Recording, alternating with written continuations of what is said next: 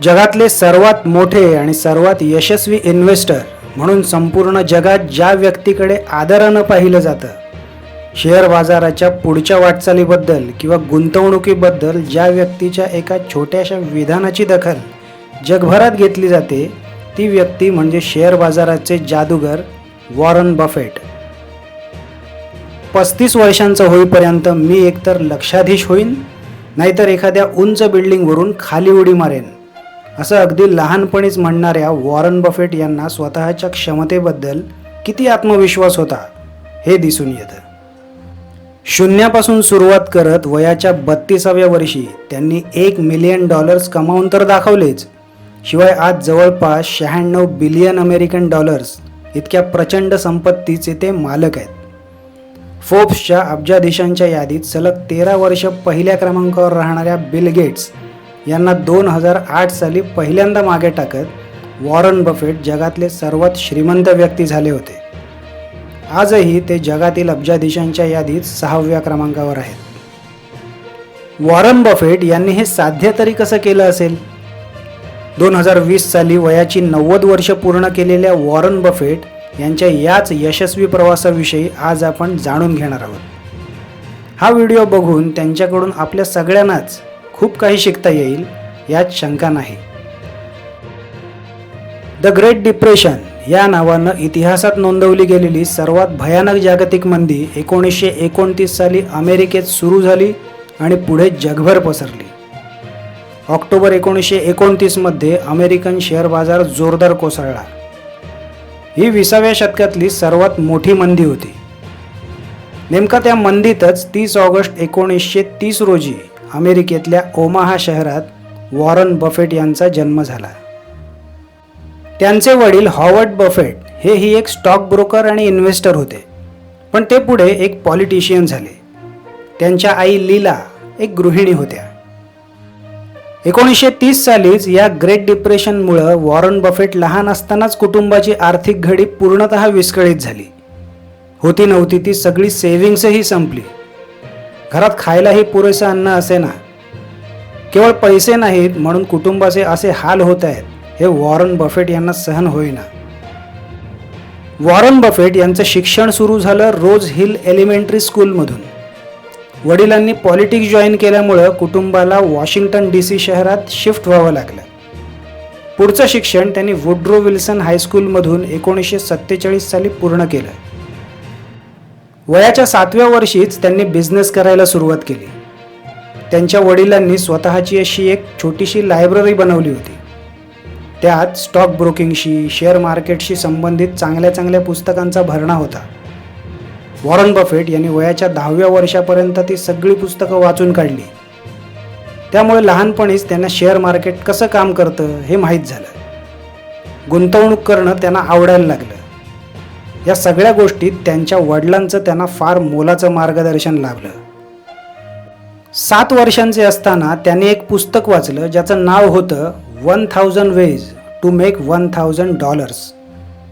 निरनिराळे छोटे मोठे बिझनेस करून पैसे कसे कमवायचे याचे 1000 मार्ग त्यात दिले होते.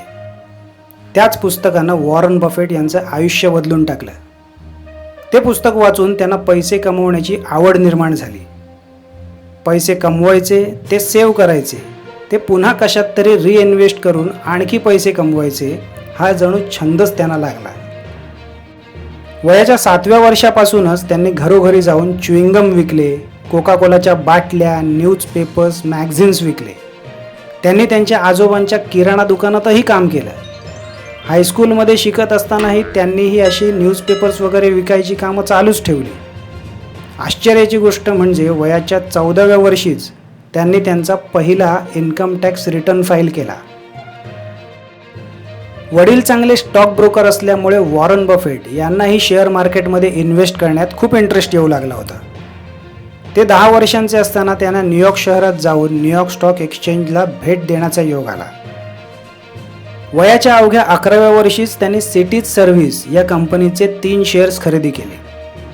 $38 घेतलेला तो स्टॉक थोड्याच दिवसात $27 पर्यंत खाली घसरला.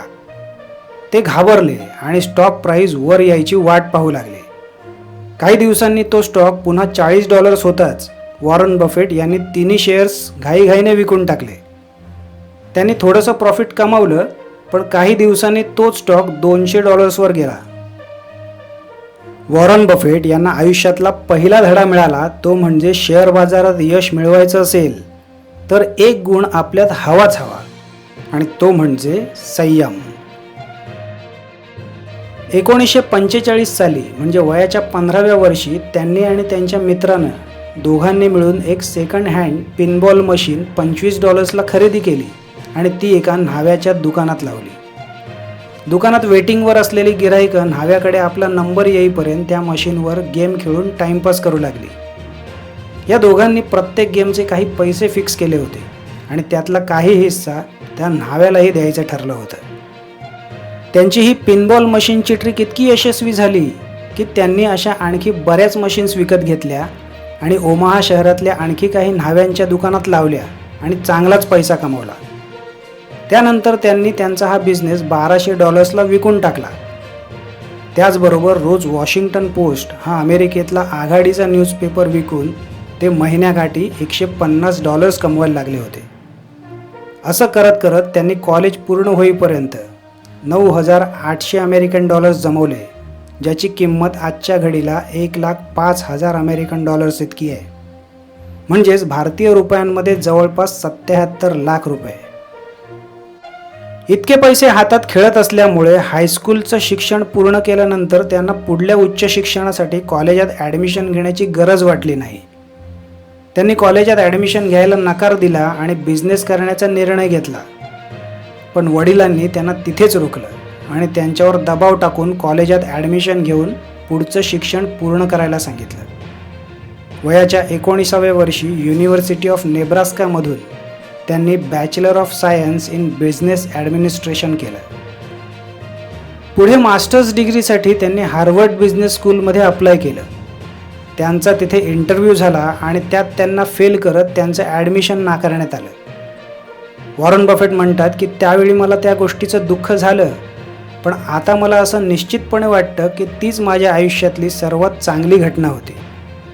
याचं कारण काही वर्षांपूर्वी त्यांनी एक पुस्तक वाचलं होतं ज्याचं नाव होतं द इंटेलिजंट इन्व्हेस्टर. या पुस्तकानं वॉरन बफेट यांना सर्वात जास्त प्रभावित केलं होतं. त्याचे लेखक बेंजामिन ग्राहम हे कोलंबिया युनिव्हर्सिटीमध्ये शिकवत असल्याचं त्यांना कळलं आणि केवळ त्याच कारणानं त्यांनी तिथे ॲडमिशन घेतलं. 1951 साली Columbia Business School of Columbia युनिव्हर्सिटीमधून वॉरन बफेट यांनी master of science in economics केलं. वॉरन बफेट म्हणतात ते माझ्या आयुष्यातले सर्वात बेस्ट दिवस होते, कारण बेंजामिन ग्राहम यांच्याकडून व्हॅल्यू इन्व्हेस्टिंगबद्दल मी खूप काही शिकलो जे मला कुठेच शिकायला मिळालं नसतं. गुंतवणुकीसाठी कंपनी निवडताना त्याचाच फायदा मला पुढे झाला. 1952 साली वयाच्या 22व्या वर्षी वॉरन बफेट यांनी सुझॅन थॉम्सन यांच्याशी लग्न केलं. त्यांना एक मुलगी आणि 2 मुलं झाली. 1954 ते 1956 ही 2 वर्षे त्यांनी बेंजामिन ग्राहम यांच्यासोबत $12,000 वार्षिक पगारावर काम केलं. या अनुभवाचा त्यांना पुढे प्रचंड फायदा झाला. 1956 साली बेंजामिन रिटायर झाले आणि त्यांनी त्यांची कंपनीही बंद केली. त्याच वर्षी वॉरन बफेट यांनी वयाच्या 26व्या वर्षी 7 जणांची एक पार्टनरशिप कंपनी काढली. नाव होतं बफेट पार्टनरशिप लिमिटेड. 1962 साली या पार्टनरशिपने $7 मिलियन कमावले होते, ज्यात वॉरन बफेट यांचे $1 मिलियन होते. म्हणजेच ठरवल्याप्रमाणे वयाच्या 35व्या नाही तर 32व्या वर्षीच वॉरन बफेट एक मिलियनियर म्हणजे लक्षाधीश झाले होते. 1957 साली वॉरन बफेट यांनी ओमाहा शहरात 5 बेडरूमचं घर $31,500 विकत घेतलं. आजही ते त्याच घरात राहतात. त्यांचं साधेपण यातूनच दिसतं. बफेट पार्टनरशिपमधून येणारे पैसे त्यांनी बर्कशायर हाथवे या टेक्स्टाईल कंपनीत इन्व्हेस्ट करायला सुरुवात केली.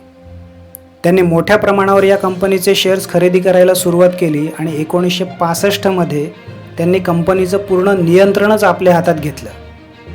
बर्कशायर हाथवे या टेक्स्टाईल कंपनीचं त्यांनी मार्केटमध्ये मोठमोठ्या इन्व्हेस्टमेंट्स करणाऱ्या एका होल्डिंग कंपनीत पूर्णतः रूपांतर केलं. त्यावेळी त्यांचं वय होतं अवघं 35 वर्ष. अनेक कंपन्यांमध्ये त्याने इन्व्हेस्टमेंट करून मोठ्या प्रमाणात नफा कमावला.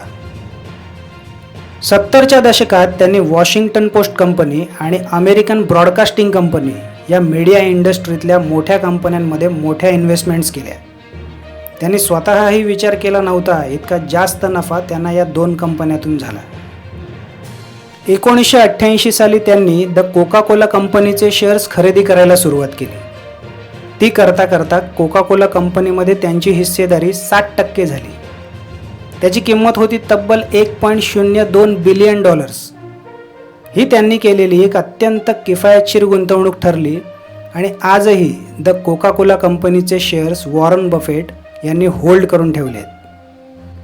आज जवळपास $96 बिलियन इतक्या प्रचंड संपत्तीचे मालक असलेल्या वॉरन बफेट यांनी आपली 90%पेक्षाही जास्त संपत्ती वयाच्या 50 नंतर कमावली आहे. त्यांची एकूण संपत्ती कैक देशांच्या GDP-पेक्षाही जास्त आहे. जगात अशी कोणतीही वस्तू नाही जी वॉरन बफेट विकत घेऊ शकत नाहीत. असं असलं तरी आजही ते त्याच घरात राहतात जे त्यांनी 1957 साली विकत घेतलं होतं. त्यांनी त्यांचं ऑफिसही आजपर्यंत बदललं नाही. टेबल खुर्च्या सगळं होतं तसंच आहे. त्यांच्याकडे कोणतीही महागडी कार नाही. आहे ती कार ते स्वतः चालवतात. त्यांचं खाणं पिणं राहणीमानही अगदी साधं आहे.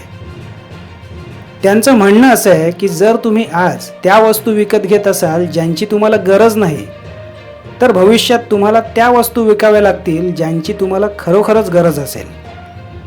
2007 साली टाइम्स मॅगझिनच्या 100 most influential people in the वर्ल्डमध्ये वॉरन बफेट यांचं नाव होतं. अमेरिकेचा सर्वोच्च नागरिक पुरस्कार असलेला प्रेसिडेन्शियल मेडल ऑफ फ्रीडम या पुरस्कारानं 2011 साली अमेरिकेचे तत्कालीन अध्यक्ष बराक ओबामा यांच्या हस्ते त्यांना सन्मानित केलं गेलं आहे. वॉरन बफेट जगातल्या सर्वात दानशूर व्यक्तींपैकी एक आहेत.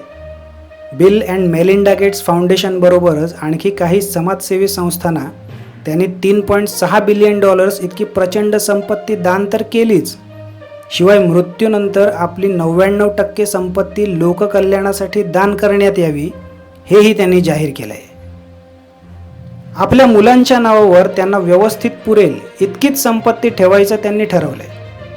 कारण इतका पैसा असताना मेहनत करायची गरज काय असा अविचार त्यांच्या डोक्यात येऊ नये म्हणून.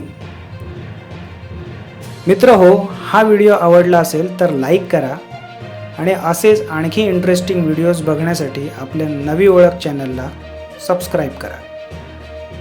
तुमचा लाख मोलाचा वेळ दिल्याबद्दल धन्यवाद.